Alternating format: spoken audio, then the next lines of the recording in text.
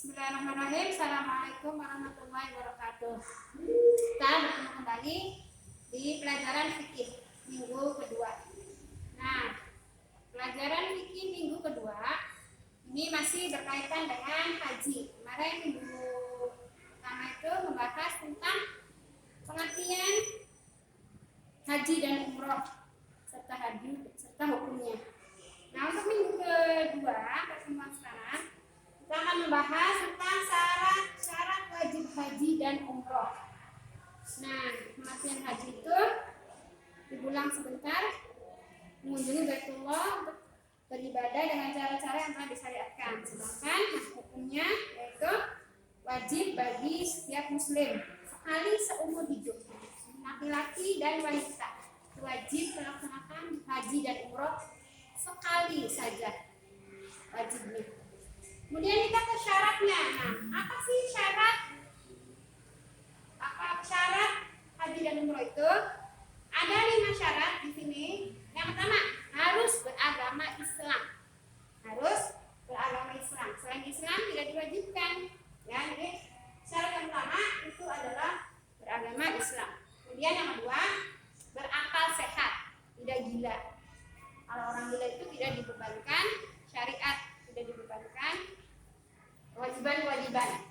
Kemudian yang ketiga, balik itu udah dibebankan syariat, udah harus melaksanakan kewajiban balik. Nah, tandanya balik itu apa?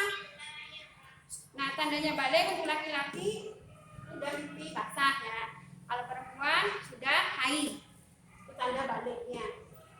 Kalau sudah haid, berarti anak kecil boleh tidak? Ya tidak diwajibkan, tapi kalau mau diajak oleh orang tuanya apa-apa, nggak masalah. Tapi nanti kalau sudah balik harus haji lagi. Ya. Yang keempat, merdeka di sini bukan milik seseorang, bukan budak. Jadi merdeka, orang merdeka bebas. Ya, itu merdeka. Yang keempat, syarat keempat.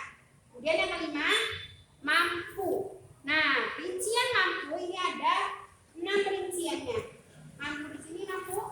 Yang pertama, harus mempunyai ilmu tentang haji dan umroh. Jadi kalau mau haji dan umroh harus belajar dulu.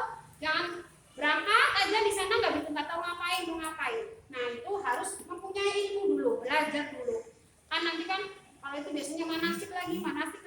Itu untuk mempelajari apa yang akan dilakukan ketika melakukan rukun-rukun haji dan umroh. Nah, mampu yang kedua, di sini sehat fisiknya. Nah, sehat fisiknya untuk melakukan tahapan-tahapan yang akan dilakukan ketika haji dan umroh.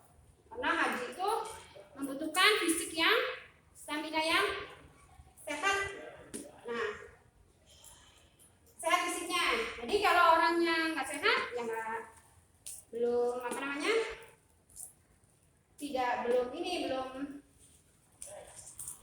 wajib. Jadi disehatin dulu fisiknya. Kemudian yang ketiga, punya biaya untuk pergi dan pulang. Jadi kalau ada biayanya ya belum diwajibkan.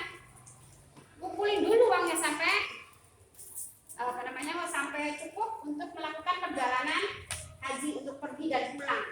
Nah, yang keempat, rincian tentang mampu ini meninggalkan nafkah yang cukup untuk keluarganya. Jadi keluarga yang ditinggalkan juga harus diberi nafkah. Jangan kalau keluarganya pergi, keluarga di rumah nggak punya uang, kasihan kan?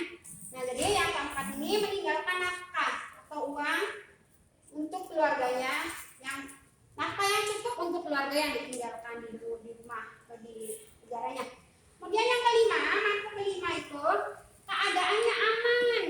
Nah, ini sekarang ini di tahun 2020 ini kita sedang menghadapi pandemi ya, Corona COVID-19. Nah, itu berarti keadaannya tidak aman. Jadi kenapa tahun sekarang itu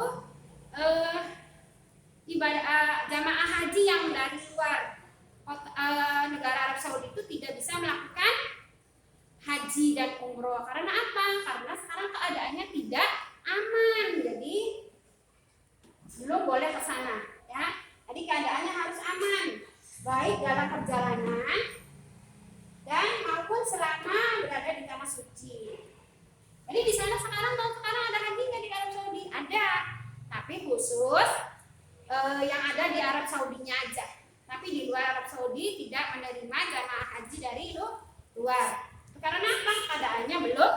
aman.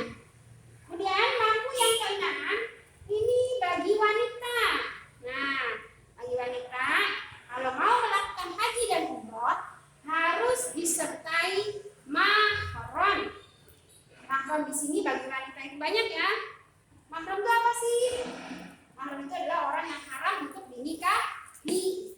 Mahram wanita yang pertama, ayahnya, suaminya, anak laki-lakinya, kakeknya, pamannya dari pihak ayah, paman dari pihak ibu, keponakan laki-laki, cucu laki-laki. Nah, itu termasuk mahram. Ya.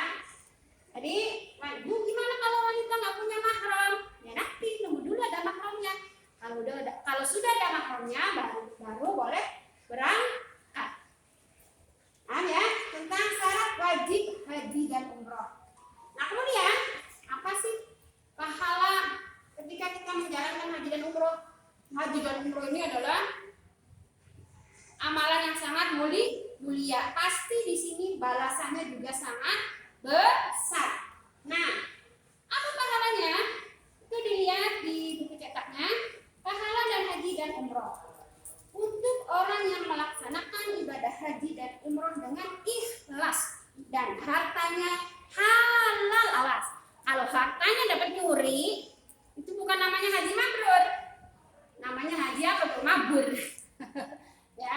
Jadi ini di sini ditekankan niatnya harus ikhlas, bukan karena pengen dipuji sebagai bapak haji ataupun bu haji, tapi ikhlas untuk mendapatkan pahala dari Allah dan hartanya juga halal, bukan dari hasil curian, bukan dari hasil korupsi atau menipu orang lain, tapi benar-benar hartanya sendiri dari jerih payahnya sendiri, serta melaksanakannya tahapan-tahapan hajinya itu sesuai dengan apa yang Rasulullah ajarkan.